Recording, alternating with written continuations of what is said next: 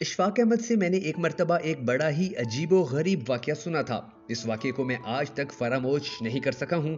اشفاق مرحوم فرماتے ہیں کہ میں اپنے مرشد کے حکم سے عبادت کی چاشنی کے لیے چلا کشی کرتا تھا، لیکن اس کے لیے بہت زیادہ تنہائی چاہیے ہوتی تھی، تو میں جنگلوں کا رخ نہیں کرتا تھا کیونکہ جنگل صوفیاء اور ولی پیدا کرتے ہیں۔ میں صحراؤں کا رخ کرتا تھا کیونکہ صحراؤں نے نبی پیدا کیے ہیں، تو میں انبیاء کی سنت میں صحرا میں عبادت کے مزے لیتا تھا۔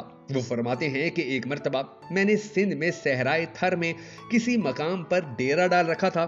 میرا وہ ڈیرا وہاں کی مقامی بستیوں کے قریب تھا۔ روزانہ اس بستی سے بہت سے لوگ نکلتے، کچھ بکریاں چرانے جاتے اور کچھ شہر کو جاتے۔ ان میں سے کچھ ایسے بھی تھے کہ جو شہر میں مختلف اجناس بیچنے جاتے تھے۔ انہی لوگوں میں ایک نو عمر لڑکا 15-16 سالہ کا تھا، جو سر پر تربوز کا ٹوکرا رکھ کر نکلتا، اور اس کے پیچھے پیچھے ایک ننھی بچی جس کی عمر 5-6 سال ہوگی، وہ بھی چلتی جاتی۔ ایک دن میں نے ان دونوں سے پوچھا کہ تم ہی کیوں یہ سامان بیچنے جاتے ہو؟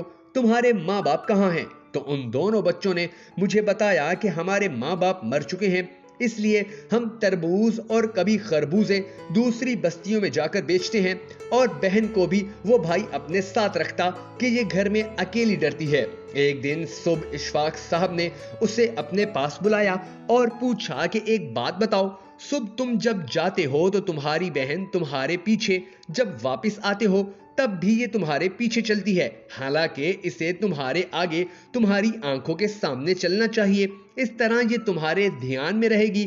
اس پر اس لڑکے نے جو جواب دیا، وہ جواب میرا جگر چھلنی کر گیا۔ وہ بچہ کہنے لگا کہ جناب آپ کو پتا ہے گرمی سخت ہے اور سورج آگ برساتا ہے، جب میں سر پر ٹوکرا رکھ کر چلتا ہوں تو ٹوکرے سمیت میرا سایہ بہت بڑا بنتا ہے۔ میں چاہتا ہوں کہ میری بن ماں باپ کی یہ بہن میرے سائے میں رہے، میرے سائے میں چلے اور دھوپ سے ہمیشہ بچی رہے۔ اشفاق احمد فرماتے ہیں کہ یہ جواب سن کر میرے آنسو تو روکے نہ رکتے تھے، 7 آہیں بھی نکل پڑیں۔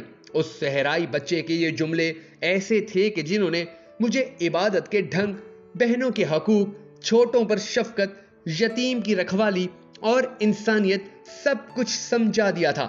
یہ ہوتا ہے پریکٹیکل اور یہ ہوتا ہے عمل، اور ایسے لوگ صحرا ہی پیدا کر سکتے ہیں، ورنہ دوسرے کسی بھی علاقے کے اندر اتنا زیادہ احترام یا اتنی زیادہ خدمت یا بہنوں کے ساتھ اتنی زیادہ محبت کا کہیں بھی کوئی بھی کسی بھی قسم کا کوئی ثبوت نظر نہیں آتا۔ اللہ تبارک و تعالی ہر کسی کی بہن کو اپنے حفظ و امان میں رکھے۔ اگر آپ بھی اس دعا میں شامل ہونا چاہیں تو کمنٹ سیکشن میں آمین ضرور لکھ دیجیے گا۔